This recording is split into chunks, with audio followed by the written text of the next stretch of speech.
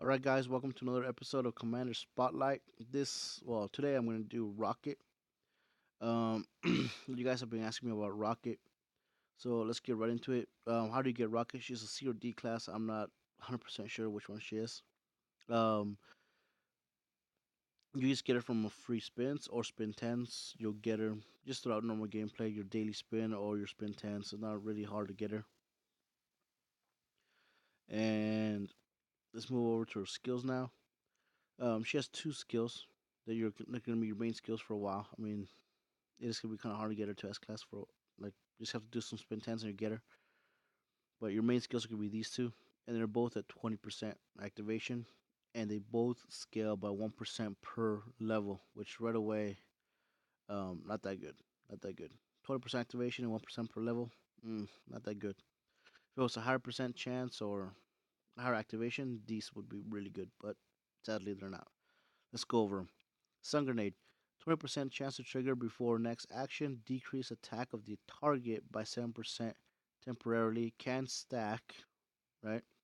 The higher the level, the better the result. Now, this skill only activates and affects one stack of the enemies. That's it. Now, energy armor, 20% chance to trigger before action, sorry. Until the next action, the initiator's defense will increase by 7%. When an attack hits the armor, the attacker will take damage from it. This skill used to be so it's very scary for a golem to fight a rocket because of this skill. I actually had a golem before he got nerfed, back when both his skills were at 4% per level. So at level 10, he had 40% extra attack on both skills. So golem was busted, and I fought a rocket when both of my skills went off. So both of them activated. My golem had a massive attack behind him. He attacked the rocket, the energy armor, bounced the attack back, and I killed my full stack of T5s. It was devastating. I was pissed, but it was so scary to fight a rocket ever since. And yeah, I mean, if you have a high a commander that can increase his attack, fighting a rocket's very scary.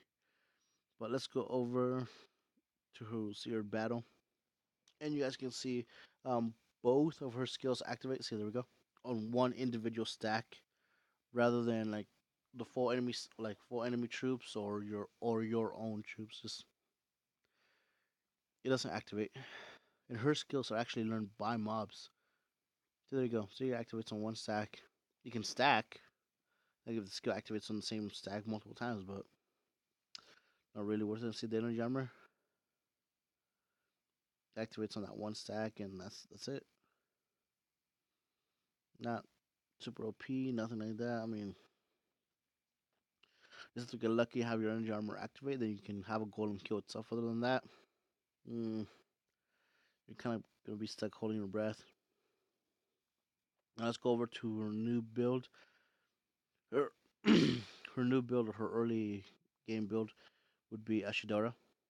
I know I'm pronouncing that wrong. Shaoira? Shao screw it. I must pronounce the same way I've been saying it.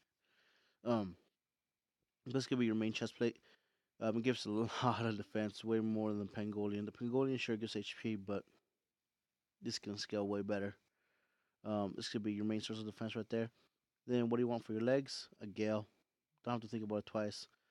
Again, Lightning Bolt seems like a good idea, but a Gale is way better.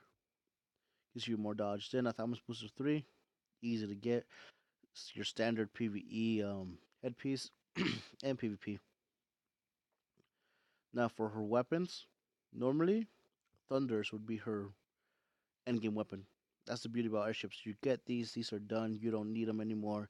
You're gonna have these until the very late game. They're even better than event gear for airships when it comes to weapons, anyways. So these normally would be your main weapons, but not for a rocket if you want to take them to the late game. You're better off just holding on to these, using them for a while, and then using them to build your area skin later on. Alrighty, so now let's move over to her late game build.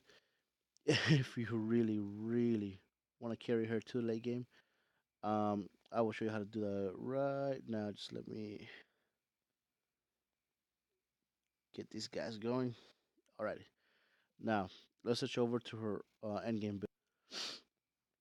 Okay, now we're at her endgame build. I'm just using screenshots of different armor I use and different armor my friends send me. So bear with me. I don't have, I haven't learned how to edit very well, so I can't like do any special effects for you guys just yet. Just yet. Her late game armor chest piece would be the creator. Obviously standard for every airship. Super OP chest plate. This will run you back around $300. Just a quick heads up. Her legs would be the Voltar pants. She does not have a guaranteed hit. She will need accuracy. This is the main source of her. This will be one of her main sources of accuracy because it does give a lot. Plus 10 will give 80% accuracy. So really good accuracy. This is a must on her for the late game if you want to run her this late. Her weapons. What is going to be her main weapons? Double Apocalyptor. They give accuracy, so they're a must. Sadly, you will be losing attack though, where a Thunder gives plus 80% attack at plus 10. This gives 70 at plus 13, almost 70% attack at plus 13 with accuracy though. So trade off. You lose some attack for accuracy. You need to be running dual of these with accuracy jewels. Her headpiece would have to be the Eye of the Abyss because again, no guaranteed hit. No guaranteed hit means we need to use accuracy to compensate for other people using dodge and other stuff like that. Oh, my phone went a little crazy. But we will have to compensate for other people using dodge with accuracy and total crit damage. Kind of helps out airships because they do have some high crit. One of their weapons does give attack and crit, so you want to run one of those, you can. But this is a must. Now we move over to her jewel sets.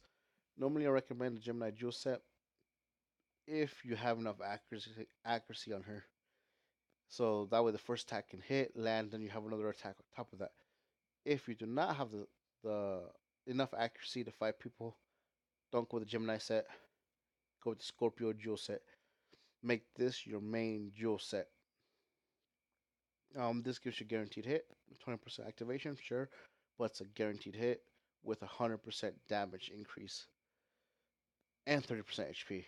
Now, once you get energy stones later on, um, you can put cancer jewels on. Remember, you only need 2 cancer jewels to get that buff, the 30% defense. You want that.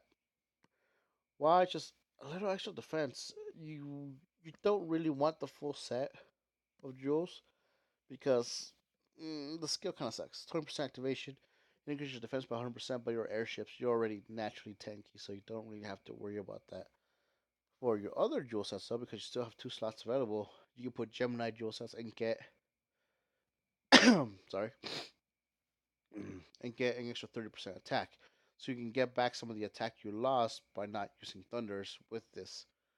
What I would recommend is a Gemini in the headpiece, a Gemini in the weapon, then go over to the cancer jewel in the legs, cancer jewel in the chest plate, or one extra cancer jewel or Gemini jewel in the secondary weapon. That way you can have multiple jewels and you can mix match and get your best stats from each jewel. But that is my build for her for the late game, guys. And let me just run up the cost. Oh, here's a quick uh, look at what your units will look like at the end game with all your research done. That's what they look like. You will get a huge dodge bonus, accuracy bonus, but that's not allowed. There's some people running 300% dodge, and that's without any jewels or anything like that. So your accuracy is still lacking a lot. Your cancer jewels you can get for free, not a big deal. We only need 2, but you do have to like the correct faction in order to get them. The Eye of the Abyss is very, very hard to get. Um, this piece of gear is not even a money wise issue. It's about how many versus coins you have saved up. I think it requires like 700 just for one piece to make this. Yeah, it's very hard to get, but if you can get it, it's it's very good, very OP. Apocalypse is actually the cheapest thing, one of the cheapest things on this list. Less than $100. You can probably get this for free if you have enough gold and stuff saved up. These are really good weapons, and they're like $100 each. They're not bad. Gemini Jewel set and a Scorpio Jewel set, you can actually get together with $100 bundle that gives you a full set of jewels for each class for like infantry dot for infantry, walkers, airships, and Gemini. It's a really good bundle if you get lucky and unlock it. Otherwise, you have to be farming the versus system a lot. Voltar pants, very good pants. You can't get them for free. It just takes time to farm them, or you can spend $500 to automatically like the faction. Unlock them, then keep liking the faction, skip all the quests until you get the tokens. The tokens have a low drop rate, but once you get them, they're so worth it. The creator, $300. We all know this; these are not cheap. $300 to $400 depending.